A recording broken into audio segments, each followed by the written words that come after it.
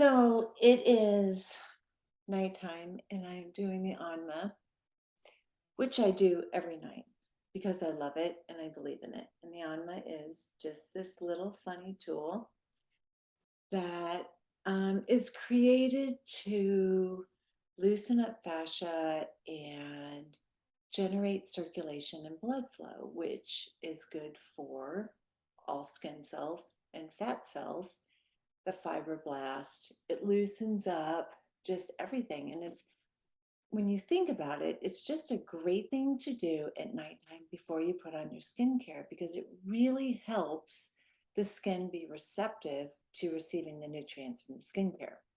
So, anyway, I'm doing the Anma and I started to think about like what propels us to make decisions when it comes to choices regarding looking prettier or looking more younger or more youthful.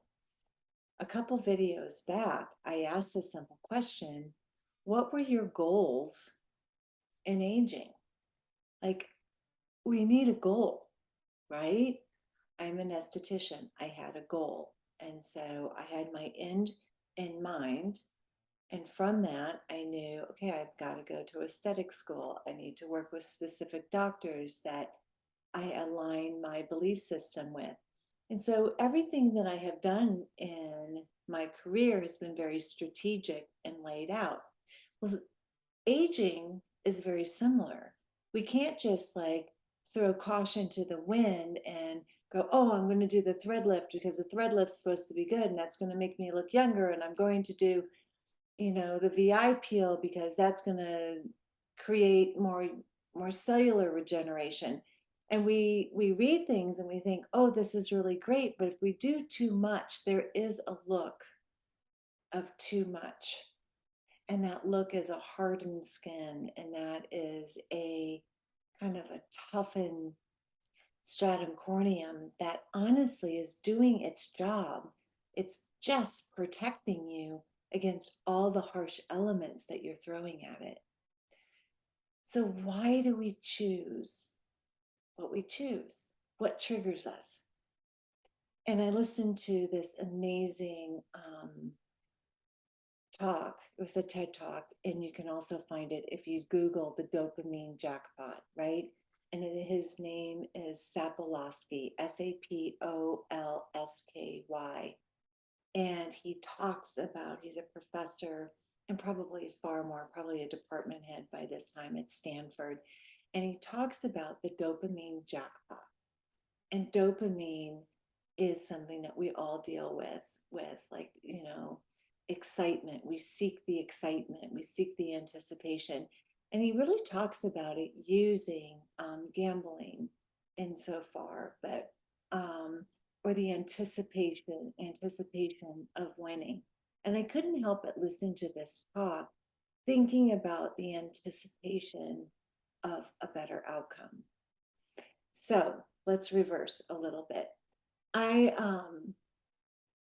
have a category when some of my clients are probably listening to this and freaking out. But I do. I place my clients in categories, and one is a bold, and the bold woman just is out doing. She is so confident. She doesn't care. She is just out there doing it. Literally, some of them are in Syria organizing refugee camps. And then you have the strategist. And the strategist weighs and balances. She's like the perfect between like, yes, I'm going to do it. No, I'm going to take my time and do some research. And she weighs things out and does a little bit more a strategic approach to looking younger. Then we have the perfectionist. And the perfectionist's main drive is to protect her outer veneer at all cost. She doesn't want to be seen beyond this perfect facade. And then we have the forgotten. And the forgotten, she's not like we just forgot about her, but she's forgotten about her. She forgot about her because typically she's in her young 30s to mid 40s, and she is so consumed with taking care of children, her husband, her career, that she's placed herself on the back burner. So, what I want to talk about a little bit is the perfectionist. The perfectionist typically identifies with the difference between being and being pretty, the value of being pretty at a young age. And she tends to do whatever she can to maintain a certain look that she's comfortable and most confident with.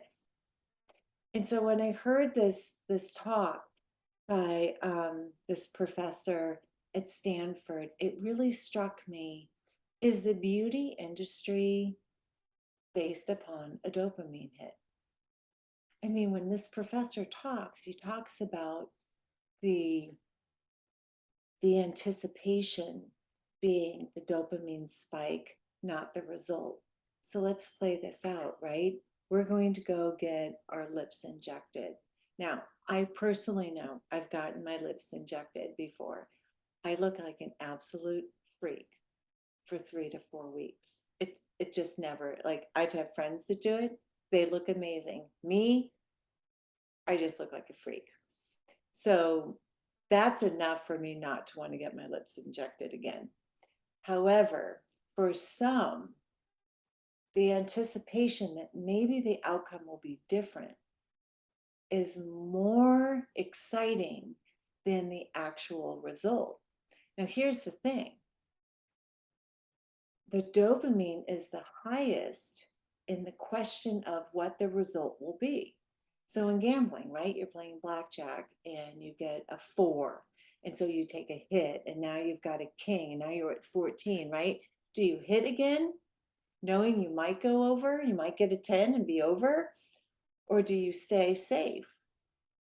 That's the adrenaline rush or the dopamine rush.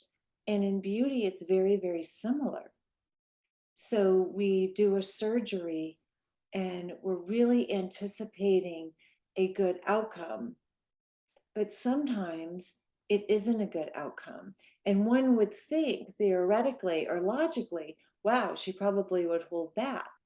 But the need for the dopamine rush triggers one to go one step further and do it again and again and again. So I just thought this was an interesting perspective of the beauty industry, because so many times magazines will say, oh, a heavy brow is unattractive, or, you know, bunny lines and crinkles are unattractive. But in the long run, you really need to find in your soul and in your being what your pretty is and how to achieve it. Anyway, that's thoughts from me doing Anma tonight. I wish you all like happy skin days and great lips till my next video.